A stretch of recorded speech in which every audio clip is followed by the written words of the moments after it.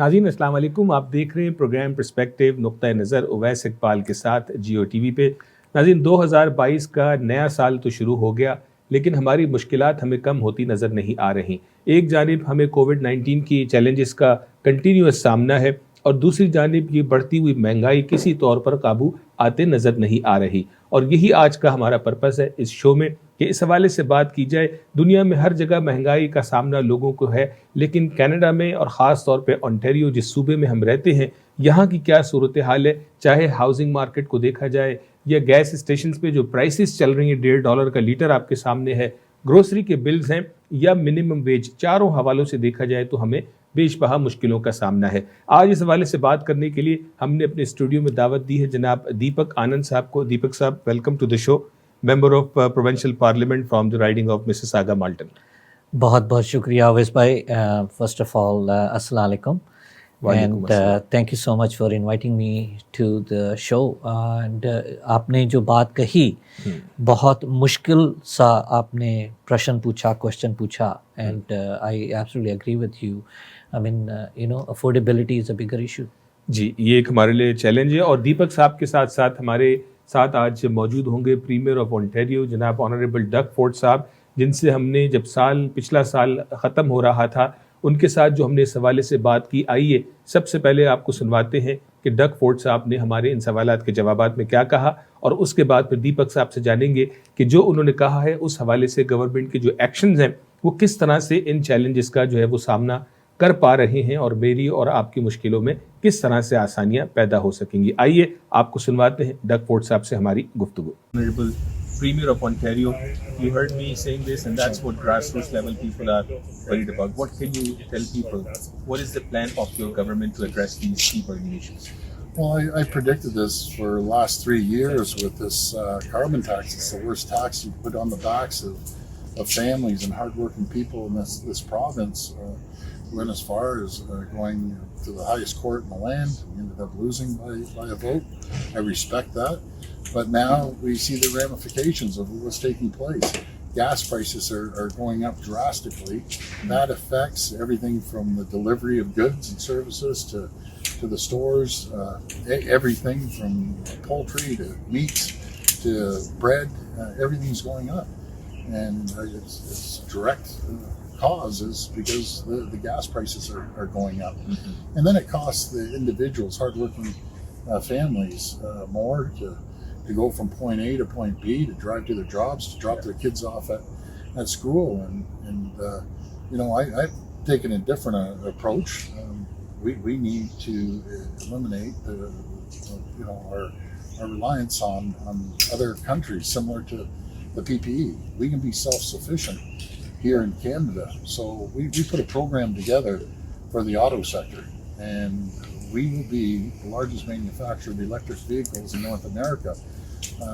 Prior to me getting into office, General Motors were saying that this is the worst place to do business in under the previous government.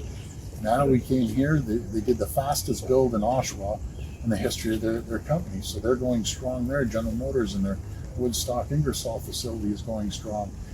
Stellantis, which was Chrysler, they now are going to be manufacturing electric vehicles in Windsor and up in Brampton. And Ford was on its way down to Mexico. We signed a deal with them as well. And we have Toyota and Honda. Toyota's the best auto manufacturer in the world, that one plant.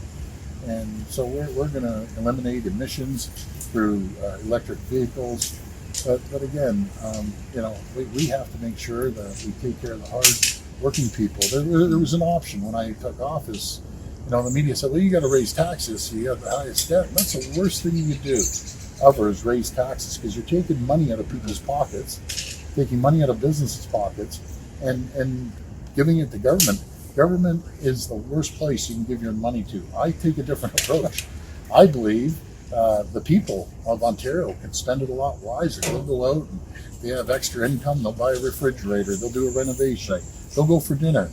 And that will stir the economy. And same with businesses. You put money back into businesses' pockets, and they're going to reinvest it into people, into technology. Their companies will thrive and grow, because we're working in a worldwide market now. So if we don't do it, jobs will go down in the United States, they'll go overseas. So now we've created an environment and condition for companies to thrive and prosper and grow. And when companies thrive, prosper and grow, the people there thrive, prosper and grow. And we've cut $7 billion of burden.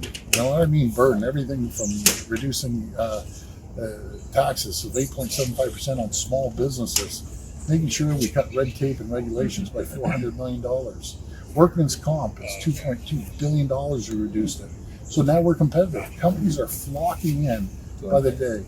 The one problem we have, everywhere I go in the province, there's one sign in everyone's window: help wanted. Help wanted. Help wanted. And I said the other day at my press conference, I want everyone around the world. I've written letters. I've talked to the Prime Minister dozens of times. We need more people. I don't care where they come from. If they're skilled, they'll have a job in seconds. If they're unskilled, we're going to train them. Companies will train them. We have training programs. That's what this province was built on. The province was built on hardworking immigrants coming here, working 2 jobs, working their back off, putting food on the table, buying a home, putting their kids through school, giving back to the community. That's what this province was built on. I encourage everyone, if you have family, if you have friends that want to come to the greatest jurisdiction in the world, it's Ontario. It's Ontario. It's the greatest place to live and build a business. So in closing, any quick comment on the housing market? Yes. And any plan to increase the minimum wage given the fact that it's too expensive to live in this country? Yeah, so with the housing, it's very, very simple. It's not foreign buyers, none of that. It's supply and demand. And municipalities control the permits. So when municipalities take 3 to 4 years to approve a building project, that's 3 or 4 years that the costs go up, the labor go up, the material goes up, and guess who pays? The homeowner. And the development fees. On a cost of, let's say, a condominium downtown, I'm just throwing out wild figures, cost $700,000. Yeah. 30% of that cost is development fees and taxes from the government. I'm thinking, you got to be kidding me. So really, the person should be paying $500,000. Instead, they're paying $210,000 of taxes. So I'm a strong believer is called affordable ownership. Everyone says affordable housing. People want to own their own home. They're going to take care of their own home. And we have to work with the banks because we could create a mortgage that is actually less expensive than paying rent. Rent's through the roof now. Yes. But we have to get the municipalities, when a permit comes in, they have to have a process that they can approve this in 6 months and get these buildings going. And so we're going to work with the municipalities, all 444 of them. We have to focus on lean practices, best practices around the world. To get these buildings built, we need every tool we have from MZO. Everyone's heard MZO. It's called Municipal Zoning Order. Right. That what it does is speed things up and allows the builders to start building homes that people can buy, and affordable homes too. So it doesn't take much, but we need the cooperation of and anything on the minimum wage? Anything on the minimum wage? We're going to deal with that. I can't tell you right this second, but it's going to be good news. It's going to be really, really good news. Because right now it's an employee's market.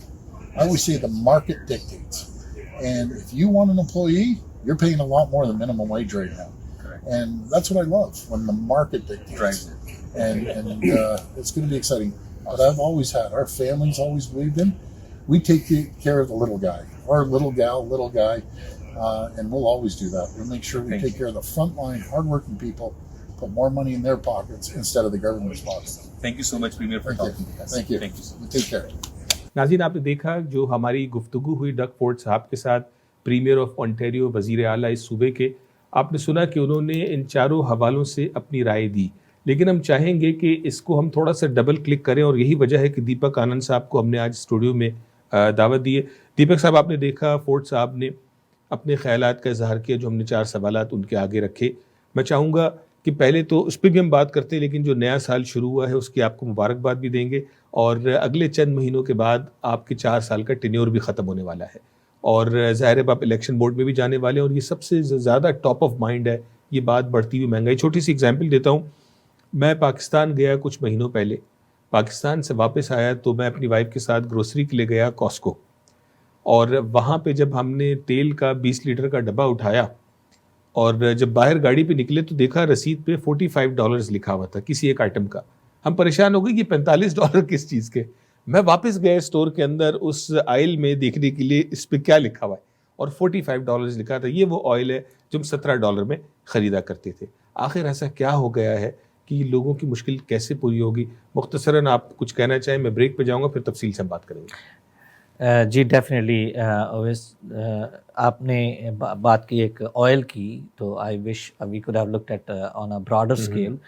4.8% inflation की आपने बात की कि जो चीज़ पहले $100 की होती है तो आज की अगर 120 की होगी, 125 की होगी, 110 की होगी, वट एवर इट इज़, तो वो जो डिफरेंस होता है उसको हम इन्फ्लेशन कहते हैं जी। और इन्फ्लेशन का मतलब होता है कि आपकी चीज़ कितनी महंगी हो गई है। दूसरी तरफ से देखें कि अगर आप $100 पहले कमाते थे, अगर अब भी 100 कमाते हैं, तो इन्फ्लेशन का मतलब है कि आप अब कम सामान ले सकते हैं उतने ही कमाई में। तो 4.8% है जो इन्फ्लेशन हुई है हमारी पिछले क्वार्टर की बात करें तो वो उतना बड़ा है, and it is highest. Normal जो हमारे कनाडा में या ओंटारियो की बात करें, वो नॉर्मली 1 से लेकर 3% के बीच में इन्फ्लेशन होती है और 2% आइडियल मानी जाती है। तो एब्सोल्युटली यू आर 100% राइट कि पिछले कुछ महीनों या कुछ साल की बात करने, और स्पेशली कोविड के बाद तो बहुत ज़्यादा इसमें फ़र्क पड़ा है। हमने देखा कि कॉस्ट बहुत बढ़ गई है और इतनी बढ़ गई है कि यही गलत है। ये गलत है और इस गलत का जवाब भी आप ही लेंगे, चूँकि आप हुकूमत है, हुकूमत ही बताएगी अगर ये गलत है तो सही कैसे किया जाएगा। नाजरीन, जनवरी की 26 तारीख को बैंक ऑफ कनाडा ने जो इंटरेस्ट रेट जो है वो बढ़ाने का कहा जा रहा था, और मुमकिन तौर पे यही कहा जा रहा था कि इंटरेस्ट रेट बढ़ा दिए जाएंगे, लेकिन उन्होंने उसको जो है वो इस मर्तबा नहीं बढ़ाया और जो है वो स्टेटस को रखा है। देखना यह है कि आगे कब तक जो है वो ये स्टेटस को रहेगा। इवेंचुअली इंटरेस्ट रेट्स ने ऊपर जाना है और बैंक ऑफ कनाडा का कहना है इंटरेस्ट रेट्स ऊपर जाएंगे तो इन्फ्लेशन पे काबू पाने की सूरत हाल क्रिएट होगी। इस पर हम बात करेंगे। नाजरीन, यहाँ पे हम एक छोटी सी ब्रेक लेते हैं और ब्रेक के बाद दीपक साहब के आखिरी जुमले जिस पे उन्होंने कहा कि ये गलत है, तो जानेंगे ये गलत सही कैसे होगा। ब्रेक के बाद भी हमारे साथ रहिएगा।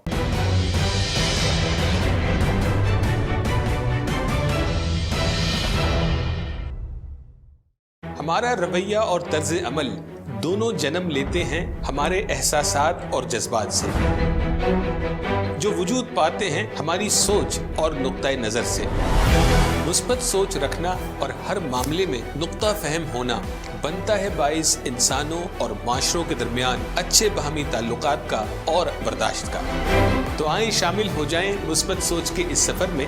देखिए प्रोग्राम नुक्ता नज़र उवैस इकबाल के साथ सिर्फ जियो टीवी पर।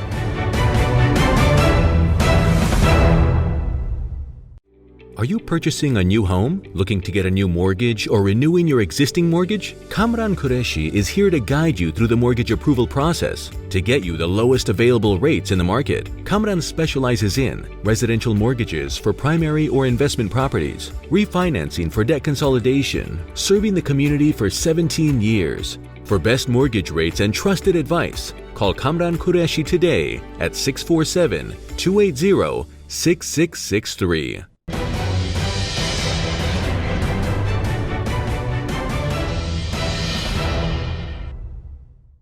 नाज़रीन, वेलकम बैक। बहुत शुक्रिया, ब्रेक के बाद भी आप हमारे साथ रहे। आज हम बात कर रहे हैं बढ़ती हुई महंगाई के हवाले से कनाडा में, और ख़ास तौर पे सूबा ओंटारियो के अंदर, जहाँ पे बहुत सारे ज़ाहिर हमारे मेजॉरिटी पाकिस्तानी यहाँ रहते हैं।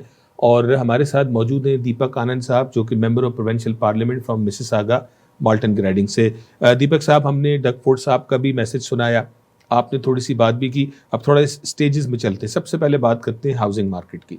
ठीक है, ये तो जिन ऐसा है कि जो किसी के काबू में ही नहीं आ रहा।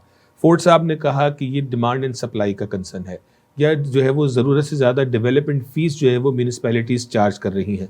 तो थोड़ा सा बताएंगे कि पिछले चंद महीनों में या आगे फॉरवर्ड लुकिंग आप लोगों का एक्शन प्लान क्या है इस हवाले से? जी एब्सोल्युटली, आपने बात की पहले तो हाउसिंग या अफोर्डेबिलिटी की अगर बात करें तो अफोर्डेबिलिटी में देखिए दो चीज़ें होती हैं, आप हायर रेवेन्यू और लोअर कॉस्ट। अफोर्डेबिलिटी का मतलब है कि आपके पास जेब में अगर $100 हैं, क्या वो $100 से आप अपना गुजारा कर सकते हैं या नहीं।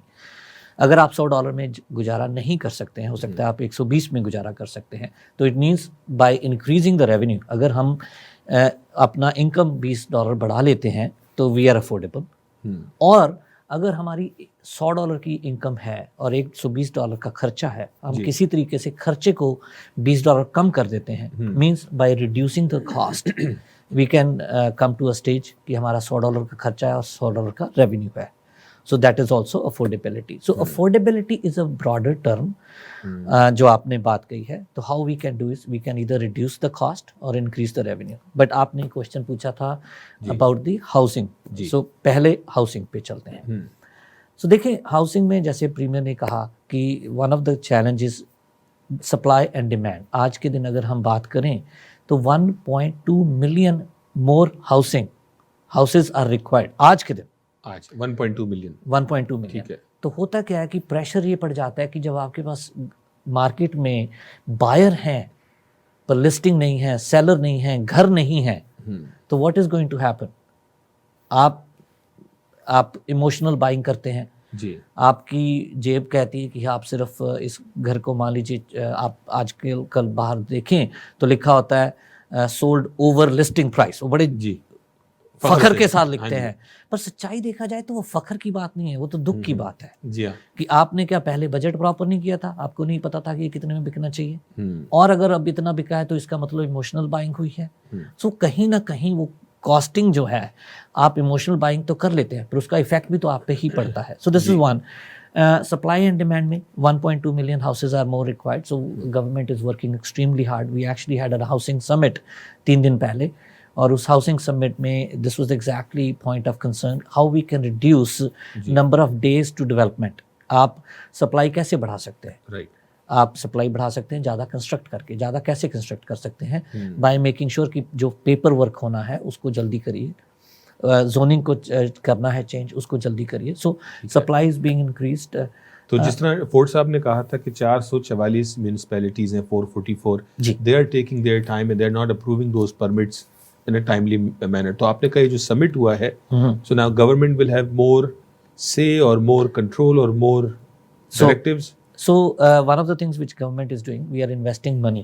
We are giving the money to the municipalities ताकि वो सारा जो प्रोसेस है उसको स्ट्रीमलाइन कर सकें, उसको कंप्यूटर पे कर सकें. उसका एक जैसे CRM कह लेते हैं आप, from one stage to the other वो कर सकें. And then we are trying to make sure कि वो कहीं पे किसी जगह पे कोई अड़चन आती है तो we can take out those things. So उसके लिए $45 million to a new streamline development approval fund किया गया है. ठीक है. इसके अलावा 8 million ऑडिट एंड अकाउंटेबिलिटी का पैसा दिया गया है. So everything we trying to do is कि वो जो आप पेपर देते हैं सिटी ऑफ मिसिसागा में जाके कहते हैं कि मुझे परमिट चाहिए, तो परमिट कितनी जल्दी से मिल सके, ठीक है, उसको स्ट्रीमलाइन किया जा सकता है. जोनिंग, कोई आपकी लैंड है जिसको जोनिंग में 4 या 5 साल लग जाते हैं मान लीजिए, उसी जोनिंग को अगर 6 या 8 महीने में किया जा सके without compromising. The safety and security is important, wellbeing is important, पर अगर उसको कम किया जा सके तो जल्दी घर बन सकते हैं. ठीक है. तो आप क्या समझते हैं कि ये 6 महीने की स्टोरी है, साल की है, 2 साल की है, मतलब कब आवाम को इसका इफेक्ट कब नजर आना शुरू होगा? आपको अगले 8 से 10 महीने के अंदर अंदर you will start seeing a big impact. तो खैर अभी दिखना शुरू हो जाएगा जल्दी ही, बट 8 और 10 महीने में you will see a huge impact on this जो है. इसके अलावा मैं कुछ चीज़ें और जरूर ऐड करूँगा. अवैस भाई, आपने एक बहुत अच्छी बात कही थी कि we need to think out of the box. खाली ये कह देना कि बिल्ड कर लो, और उसके अलावा there are many other ways. One way is distribution across the province. सारे GTA में ही ना आ जाएं, सब ब्रैम्पटन मिसिसागा में, टोरंटो में ना आ जाएं, आप बाकी जगह जाएं. पर बाकी जगह जाते तो बड़ी महंगी हो गई है, बाकी भी महंगी होती जा रही हैं. बट एटलीस्ट, लेकिन मैं आपको इंटरप्ट करूंगा यहाँ पे दीपक साहब. देखिए, हम जो देख रहे हैं वो ये होता है कि बिल्डर जिसके पास मिसाले 100 घरों का सब डिविजन अप्रूव्ड है, वो 20 घर लॉन्च करता है 1 मिलियन में. 15 दिन के बाद अगले फेज में वही घर 1.3 मिलियन और 1.6 मिलियन में दुकान बंद करके वो निकलता है. तो इनके ऊपर कोई कंडीशन नहीं, कोई रोकने वाला, कोई पूछने वाला नहीं कि ऐसे 15 दिन में क्या हो गया कि आपने 3 लाख 4 लाख बढ़ा दिए. आप बाहर लाइन देखिए, अगर बाहर लाइन नहीं होगी वो 1.4 से 1.1 पे वापस ले आएंगे. तो बात वहीं आ गई कि हमारा भी कसूर है, demand and supply. Demand and supply हमारा भी कसूर है कि हम वो लाइन में लग के मिलियन की प्रॉपर्टी 1.6 में लेना चाहते हैं. हमारी ये थोड़ी सी, मैं ये कहूँगा कि हम भी इंसान हैं. इंसान क्या होता है, जब आप इमोशनल हो जाते हैं, आपको घर मिलता नहीं है, आप 10 धक्के खा लेते हो, तो आपके जो रियल एस्टेट एजेंट है वो आपको बोलते हैं आप बताइए क्या करें. तो आप जाएंगे हैं, इससे भी जाएंगे. हाँ. तो आप करते अभी चल यार थोड़ा मुश्किल में और रह लेंगे, but let's buy. So absolutely मैं एक चीज़ कहता हूँ, मेरे एक फ्रेंड हैं, उन्होंने कल ही वेलेंड में घर लिया, और घर लेते ही उन्होंने पहला मुझे फ़ोन करके ये बोला कि आधे प्राइस में डबल साइज़ का ले लिया है। जबकि वो आधा भी महंगा है हाँ। वेलेंट के हिसाब से। ठीक है ना, तो दिस इज़ वन थिंग। उसके लिए जॉब्स चाहिए अक्रॉस द प्रोविंस। आप चले तो गए, पर अगर आपके पास जॉब मिसिसागा में है तो how is that going to help? So this is another thing which we trying to do. बिल्कुल, देखिए दो ही चीज़ कॉम्प्रोमाइज़ करने की, या तो आप जो है वो कम्यूट का स्ट्रेस ले लें, जी या आप एक्स्ट्रा मॉर्गेज का स्ट्रेस ले लें, बिल्कुल। अगर आप अफोर्ड कर सकते हैं। मैं चाहूँगा थोड़ा सा हम आगे चलें, वक्त भी थोड़ा कम है। दीपक साहब, गैस स्टेशन पे जो प्राइसेस हैं $1.50 सादे पेट्रोल का, और बड़े लोग हमारे जो है वो BMW मर्सिडीज चलाते हैं, गो के वो दिखने में अमीर लगते हैं, लेकिन पंप पे जो है वो गरीब नज़र आते हैं। 170 180 अ लीटर है, तो इसका ब्लेम किसको करें, और इसमें कुछ आप लोग की तरफ से होने वाला है? देखिए, इसका मैं विश्वास नहीं रखता कि हम ब्लेम करें। मैं विश्वास रखता हूँ कि we work together and fix things. हाँ। एक तो देखिए, कहीं ना कहीं जो पिछले फेडरल गवर्नमेंट ने इस पे कार्बन टैक्स लगाया था, उसकी वजह से एडिशनल कॉस्ट हुई है। क्या वो ज़रूरी है, क्या वो नहीं ज़रूरी है, मैं I leave it to the viewers to decide that. I truly believe, specially हमारे प्रोविंस में जहाँ हमें पता है ऑलरेडी, वी नो कि जो हमारा पेरिस अकॉर्ड है उसकी 30% की रिक्वायरमेंट है, हम ऑलरेडी 22% कर चुके हैं। We are already in terms of environment, I want to tell everybody कि जो प्रोविंस ऑफ ओंटारियो है अहेड ऑफ द गेम है, way ahead of the game है बाकी प्रोविंसेस से। सो हम लोग हमारे लोगों के लिए जो कार्बन टैक्स है, again it's philosophical view of thinking, which way you want to think. यानी It's a cost. गवर्नमेंट का व्यू ये है कि carbon tax is not needed At this time, especially for Ontario, I would absolutely say it's not needed. तो उससे कितना 1% relax हो सकता है गैस की So again, it depends. It's basically वो increasing है। पहले it started with only 4 cents. आज के दिन I think it's about 14 cents and it's going to go to 22 12-14 cents Saint जो है वो कार्बन टैक्स की वजह से है। ठीक है, और बाकी जो ऑयल की प्राइस नेचुरली बढ़ी हुई है, नेचुरल प्राइस है। उसके अलावा मैं ये ज़रूर कहूँगा कि कहीं ना कहीं our government had this in the mandate कि 10 सेंट कम किए जाएंगे, जिसमें से हम 5.7 के करीब ऑलरेडी कर चुके हैं।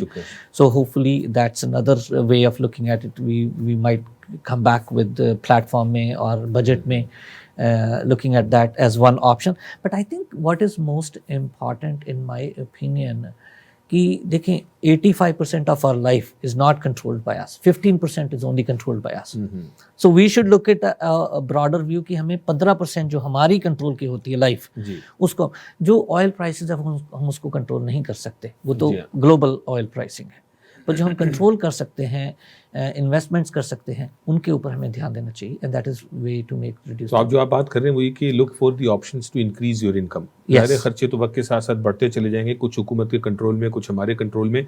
बात थोड़ी सी कर लेते हैं ग्रोसरीज के हवाले से। प्रीमियर साहब आपने भी कहा, जो जो गैस प्राइसेस ऊपर जाएंगी, ग्रोसरीज भी ऊपर जाएंगी, शिपमेंट के इशूज़ हैं और बहुत सारे इशूज़ हैं। अब जो ये लेटेस्ट कोविड की वेव है जिसमें एम्प्लॉई अपने टाइम पर जो है वो नौकरियों पर नहीं जा पा रहे, उसका भी इफेक्ट आ रहा है बहुत बड़ा। तो लेकिन लोगों को एक बात है, वो ये कहते हैं कि यार ग्रोसरी की प्राइस बढ़ तो गई है और बढ़ती जा रही है, लेकिन ये पीछे कभी नहीं आती।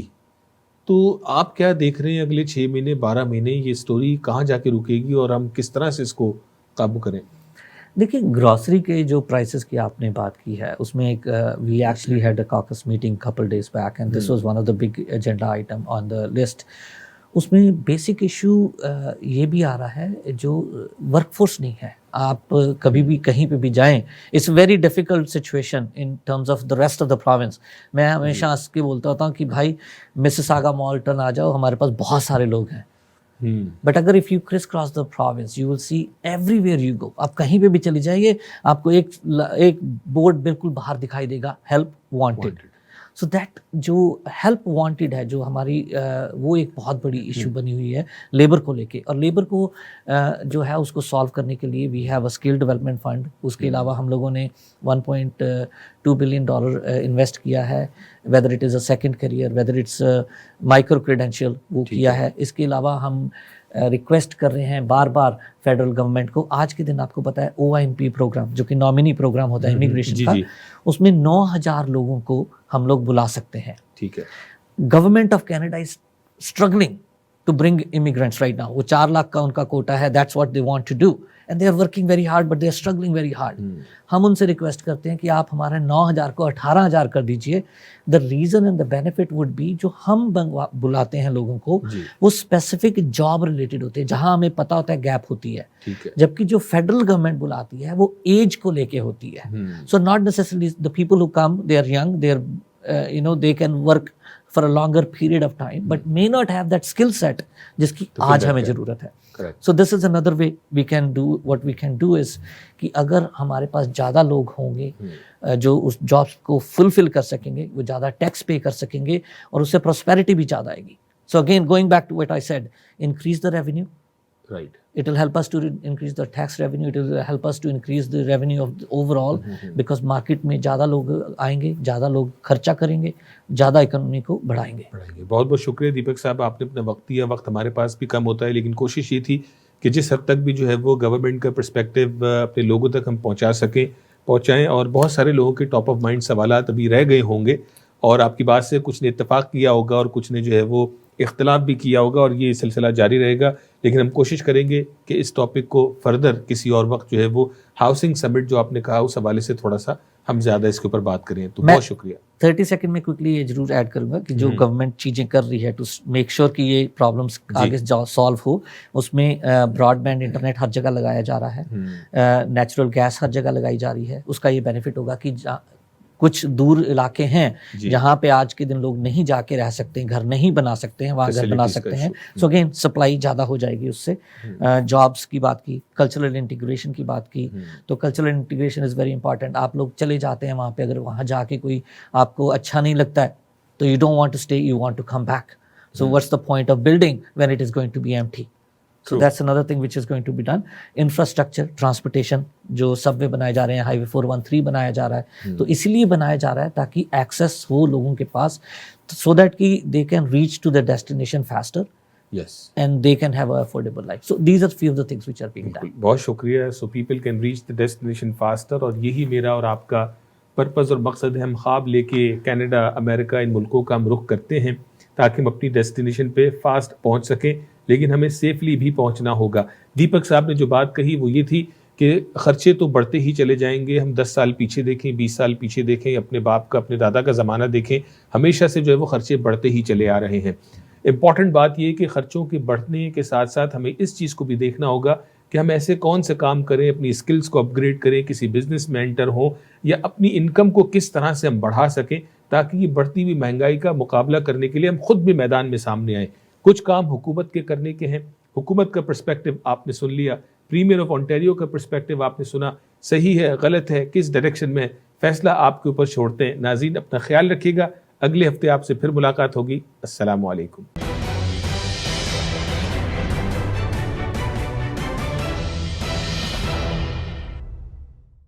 देखिए ई-आवाज़ टीवी लाइव तमाम IPTV बॉक्सेस पर पाकिस्तानी या उर्दू सेक्शन में, या हमारी वेबसाइट विजिट कीजिए eawaz.com. हमारा रवैया और तर्ज अमल दोनों जन्म लेते हैं हमारे एहसासात और जज्बात से, जो वजूद पाते हैं हमारी सोच और नुक्ता नज़र से. मुस्बत सोच रखना और हर मामले में नुक्ता फहम होना बनता है बाइस इंसानों और माशरों के दरमियान अच्छे बाहमी ताल्लुकात का और बर्दाश्त का. तो आइए शामिल हो जाएं मुस्बत सोच के इस सफ़र में.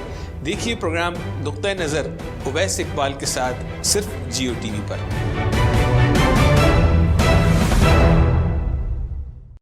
Are you purchasing a new home, looking to get a new mortgage, or renewing your existing mortgage? Kamran Qureshi is here to guide you through the mortgage approval process to get you the lowest available rates in the market. Kamran specializes in residential mortgages for primary or investment properties, refinancing for debt consolidation, serving the community for 17 years. For best mortgage rates and trusted advice, call Kamran Qureshi today at 647-280-6663.